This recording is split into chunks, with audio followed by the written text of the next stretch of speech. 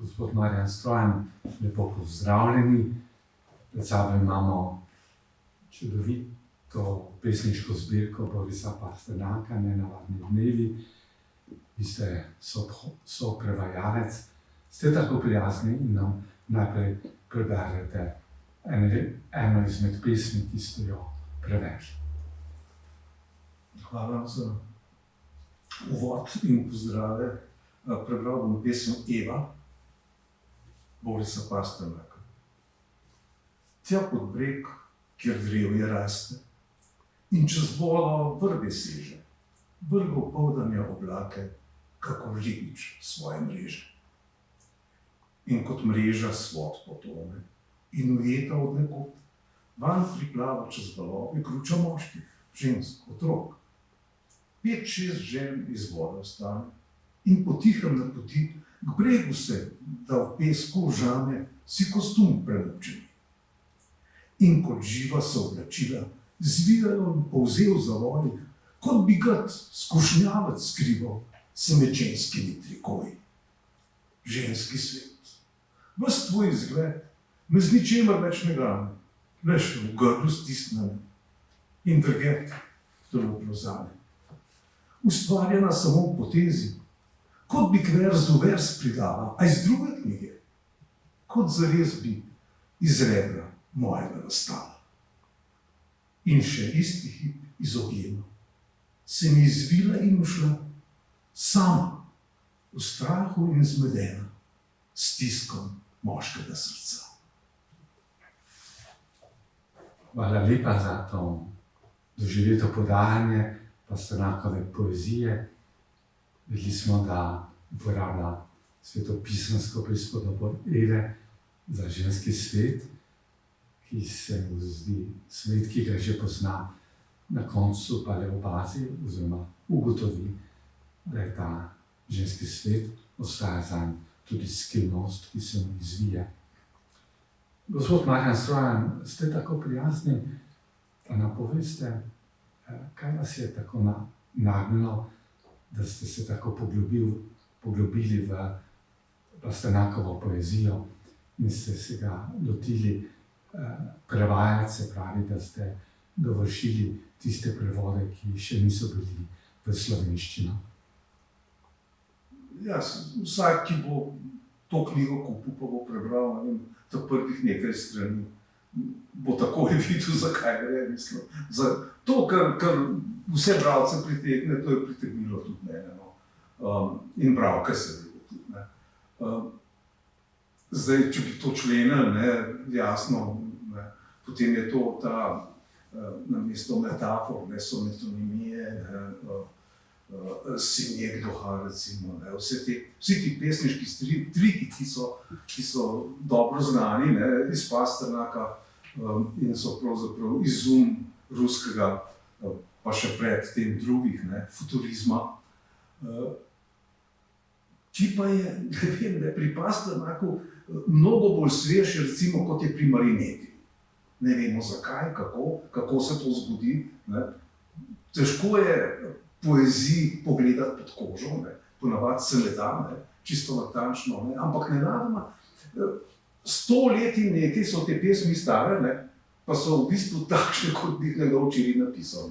In poleg tega so pa še resnične. Težko bi eno najdel tukaj med vsemi Pasternakovimi, ki bi rekel, da je popolnoma izmišljena, da to pa ni tako, da to pa, ne vem, si je poet vse sam zmislil.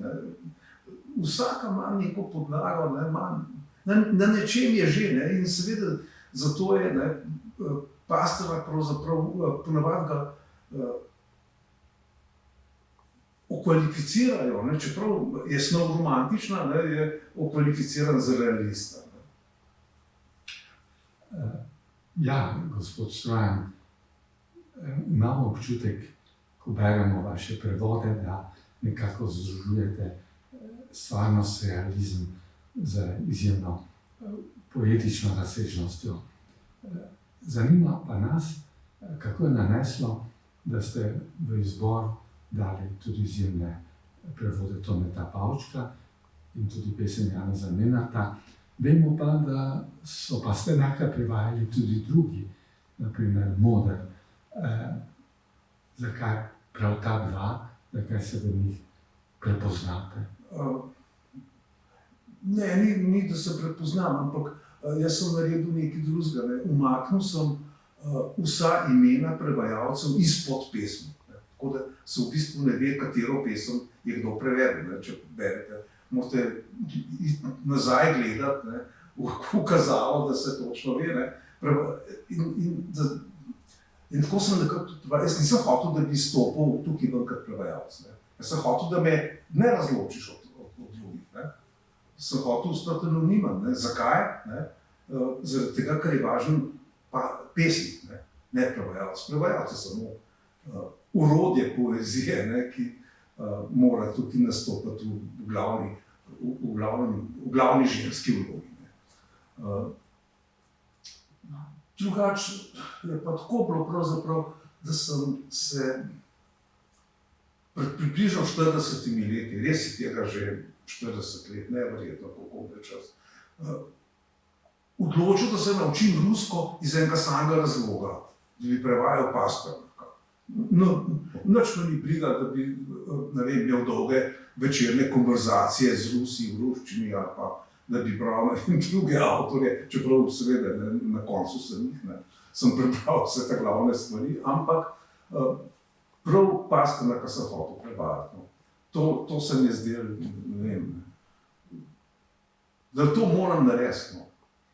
To me je nekako klicalo kot neko delo, ki kliče nekoga, ki te pokliče, da ga narediš. Ampak mi ni šlo. Mi ni šlo. Zgodilo se je, da sem takrat kar dobro rusko znal.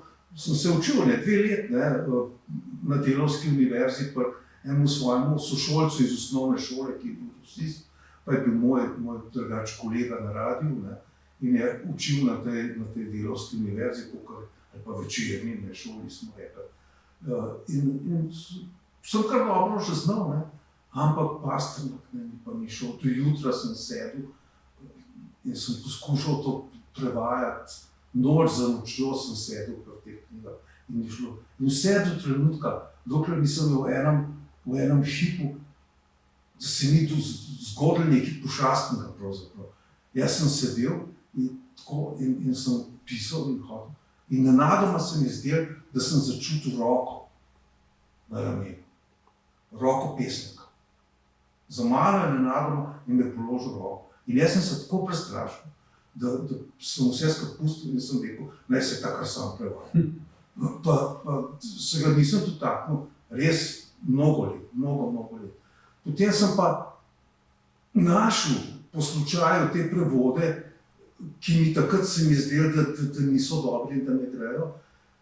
Ampak seveda vmes je bilo 40 let dela, sem že marsikaj drugega prevedel in sem se mogoče malo zvrziral v tem poslu in se mi ni zdelo tako slabo, ampak videl sem, da je treba čisto drugače začeti in sem se še enkrat lotil in tako je ta stvar nastala. Prav to čutimo, da avtorji, da tukaj prevajalci se med sabo prepletate in kljub vaši skromnosti moramo reči, da imamo občutek, da gre za vrhunsko poezijo in lepo je slišati, da je Pasternak iz vas nekako, ne bomo rekli naredil, ampak dovršil vas kot pesnika. Imamo občutek, potem, kar ste povedali, da so vas Shakespeare, Milton, vsi veliki pesniki, ki ste jih prevajali, nekako pripravljali za Pasternaka. Imam pa sedaj tole vprašanje, namreč, ko smo vas poslušali na začetku, vidimo pesmi, ki niso v rimah, ki niso v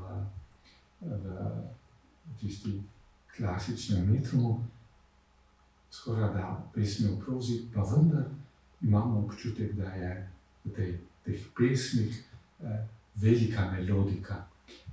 Kako bi nam rekli, imate občutek, da mama Borisa Pasternaka, ki je bila glasbenica in morda vplivala nanj s svojim glasbenim svetom, kako razlagate, da je toliko muzikaličnosti, toliko toliko pesmi, preko poetičnosti, tudi v njegovem, bom rekel, prostem verzu. Ja, to ste dobro opazili, ne? Opazili so že vsi drugi, ne? Tudi sodobniki. Roman Jakobson, ta veliki znanstvenik, ne?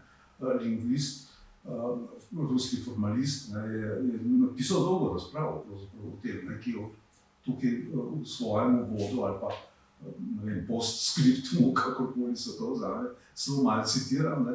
In on je prav natanko to, kar ste vi ugotavljali, ugotavlja tudi on. In prav, da v ruskem modernizmu, ne, je tista inovacija, ki jo je Pasternak prinesel, pravzaprav ravno ta glasba. Ne. In seveda to ni čudno, ne, to se je tako rekoč moralo zgoditi, ker on je začel pravzaprav kot glasbenik. Mama je bila slovita pianistka, ki se je odpovedala karieri, tako kot je bilo običaj, potem, ko je rodila otroke ne. On je pa tam sedel pod klavirjem, ne, in se je naučil klavir igrati.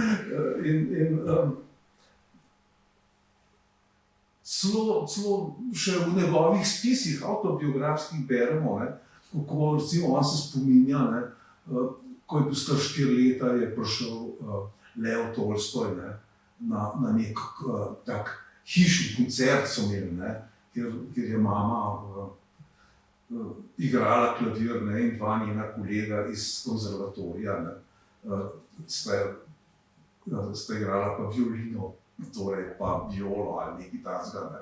Skratka, bil je nek trio, ne.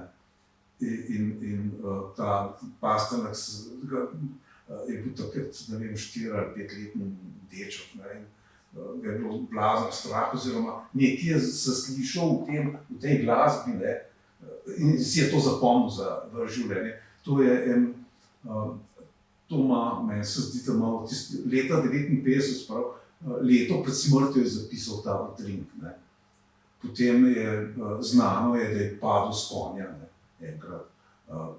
Ko je divjal s konjem tam nekje, ne, ko je bil star 11 let ali nekaj takega, je uponašal neke divje jahalke, ne, ki jih je oče, ki je bil pa slikar, ne, akademski slikar in učitelj univerzitetni na akademiji, ne, in je ilustrator seveda Tolstoja, ne. Jih je risal, ne, in on je sine, ki je to videl, ne, te slike, je hitro začel to oponašati, ne.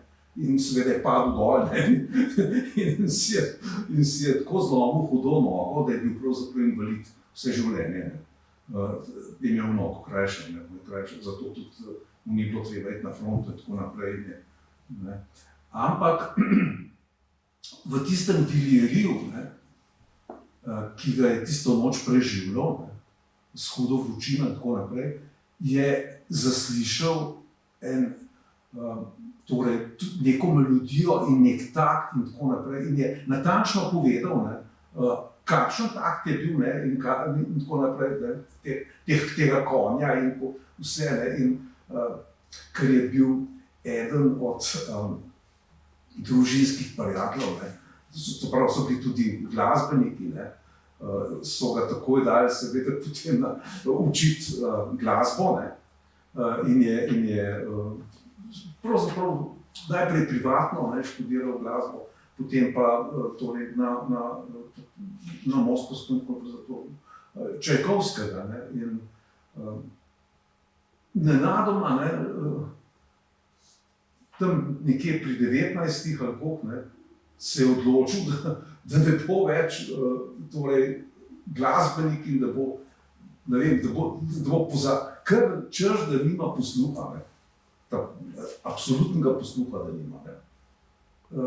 In seveda so mu vsi rekli, poslušajte, ne, dragi naš Pasternak, če bi bilo to res, ne, da če nimaš absolutnega posluha, ne moreš biti glasbenik, ne, potem oziroma, da si glasbenik lahko samo, če imaš ti absolutni posluh, ne, potem bi bili klavirski uglaševalci, ne, večji, ne, glasbeniki od Beethovna, ne, pa ti slučajno ni tako, ampak seveda, ne, on je bil perfekcionist, ne, in Ja, oprostite, da vas vprašamo, ko beremo vaše prevode, naprimer Zimsko nebo, ne, imamo občutek, da je prežet to rusko pokrajino. A ste imeli kdaj občutek, da je on v besedah ali v svoji poeziji, pa tudi v prozi, da je on pravzaprav slikar Rusije, ruske duše, ampak hkrati tudi ruske pokrajine? Ja, seveda je, ne, mislim, pravzaprav večkrat drugače, no. Ni slikar, on je pesnik tega. In to malo drugače, kot si predstavljamo. Če pogledate, kako so te pokrajine, pa vse to, kako je, to upodobljeni so kot, ne kot drevo, ampak tukaj je drevo bitje. To pravi, ko je bil majhen, recimo Jurij Živago, ta kasnejši, mislim, recimo, je bil, recimo, tam ga opisuje, ko je bil star 5 let ali 6 let in moj mama umrla. Tako se začne pravzaprav ta romantika. In tam ni, da je zdaj narava, tukaj imate pa Jurija, ki jo ogleda, ali pa recimo, pa je tam nevihta, pa je Jurija strah, da kakor to treska, pa grmi, pa potem. Ne, obratno, imate naravo, ki je v prvem planu, in sicer se narava trudi, da bi se izkazala, da bi pokazala Juriju, da bi ga prestrašila, skratka, Jurij je tisti, ki opazuje, Jurij je subjekt, je pa narava sama, to pravi, drevesa pa to. In to je obrnjeno ne vem kje. In če pogledate, ne vem, recimo, kaj mu je Ana Ahmatova napisala, ona, se pravi, njegova sodobnica, tako je to opazila. Prav, ga imenuje v tisti pesmi, ki mu jo je napisala, ko je umrl. Se pravi, ne vem, recimo v tistem tednu, ko so ga pokopali, ga imenuje sogovornik jaz. Da je edinstveni glas, prav, da je umrl včeraj, ali kako. Zapustil nas je, ali kako, sogovornik jaz. Postal je droben dež, in tako naprej. To je, mislim, da je ona to zelo dobro zaslutila. Vsi drugi so rekli, seveda to, kar sem jaz povedal, skratka, tukaj imamo ta metonimičen namesto metafor, ponavadi je narava metafora, je primera za nekaj drugega, on pa ne, metafora ni primera, ne uporablja kot metafora, sprav, narava je subjekt, narava je tista, ki dela, ampak ona je to opazila, in tega je že dolgo. Mogoče v tem smislu bi lahko rekli, da gre za poosebljanje narave. Ja, seveda, gre na nek pa za poosebljanje in za to, da se, in za poimenovanje.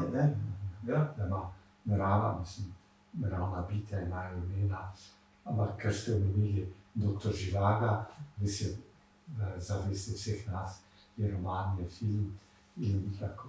Tukaj smo veseli, da je tudi cikl iz pesmi Jurija Živaga, pa nas zanima, katera je tista Lara, ki je navdihnjena, katera bila, vemo, da je bil oboževan od deklet, od žensk, žena, katera pa ta Lara, ki je najbolj zaznamovala. Dogovor se je pisala edinska, torej, bila je tajnica v uredništvu revije Novi mir, kjer je on bil stalen sodelavec, tudi ta roman je hotel tam objaviti. Moja Lara je bila pa seveda kar junakinja Davida Lina, tega filma, seveda Julie Christie. In res sem imel srečo, ker jaz sem se s filmom ukvarjal, torej sem hodil na te festivale. Ne. Ja, bili ste tudi urednik na radiju. Ja, gremo v kino, in tako, no. In sem jo spoznal, ne, sem naredil intervju z njo in smo se dolgo pogovarjali o tej Lari, o tej njeni vlogi. Ne. Ker to je, kako natančno, ona se je morala rusko naučiti. Ne. Brat, takrat še ni bilo izdaje pisem, ne. In je morala v ruščini vsaka pisma brati in tako naprej. Mislim, skratka, to danes ni tako, ne, to je bila metoda, ne. To je ne, tako imenovana, ne. To so Američani povzeli po Rusih. Ja, gospod Strojan, nekako smo navdušeni, a ne, da ste se lotili tudi Pasternaka, nam predstavili kot celoto. Vse, kar ste povedali, prva stvar, na kar pomislimo, moram vzeti v roke knjigo in izbrati poezijo, pa če ste tako prijazni za na konec, če nam preberete še eno pesem. A lahko preberem eno Pavčkovo, Ja. ker se mi zdi, da si zasluži, no, da se spomnimo najbolj, ker je. In rad bi prebral eno, ker on potem, ko je Pasternak, ko je zapustil glasbo, je pravzaprav se spoprijel s filozofijo. On je šel takoj študirati v Marburg, k Cohenu, se pravi profesorju Cohenu, filozofijo in gre za kantovca, in za v bistvu zelo človeka, ki se je veliko ukvarjal z etiko in ki je to tudi svojim učencem poskušal nekako cepati. In ta filozofija, vsaj nek ne vem, nekako se mi zdi, da je to v njemu ostalo, Pasternaku, da ni bil nikdar več od te filozofije, kot nikdar, ne, vedno v vsakem verzu, pa tudi v prozi je melodija. Ne. In mislim pa, da je ta filozofski del njegov tudi, ne, tudi močan. No. In mogoče, no. No, naj sam mimogrede Ja. povem za te, ki nas poslušajo, ne, da prav to kantovstvo oziroma Cohen je imel ta dar, da je poudaril, kako je Kant v koncu svojega življenja znanost, metafiziko, ki jo je prej strašno ločeval, kako je to nasprotje prerastel preko umetnosti, poezije subtilnega. Ja. Izvolite. Tukaj je ena pesem v Pavčkovem prevodu, ki sem jo jaz vzel za svoj življenjski moto, lahko rečem. Kot pesnik. Ja. Tukaj govori o tem, kaj poezija je in kako je treba z njo delati. Ja. In kakšen mora biti človek, ki je pesnik. Evo. Ne, ni lepo pomemben biti. Navzgor ti ne pomaga vtis. Ni treba kartoteko voditi in tresti se za rokopis. Cilj pesnjenja je sebe dati, a ne uspeh, ne prazen blišč. Sramotno zgodba je postati v pomenkih vseh, a biti nič. Živeti z njo je brez samozvanstva, tako da končno bi zbudil ljubezen širnega prostranstva in čut prihodnosti poziv. In prazna mesta raje spravljajo v usodo, a ne na papir. Življenja celega poglavja na rob beleži venomir. Potapljaj se v neznano, skrivaj, globoko v njem vsak svoj korak, kot skriva se v megli krajine, ko vladata tema in mrak. Po živi sledi prišli drugi, pot bodo, kot ti zdaj greš. Razbirati pa v svoji strugi od zmag porazov, sam ne smeš. Ne smeš nikoli odstopiti od lika svojega za las, a moraš živ, samo živ biti, ves živ do konca in ves čas. Hvala lepa, gospod Marjan Strojan. Smo že v bližini dneva spomina vseh mrtvih in če nas naj je Boris Pasternak od nekaj poslušal, si najbolj še rekel, nisem vedel, da moja poezija v slovenščini tako lepo zveni. Lepa hvala.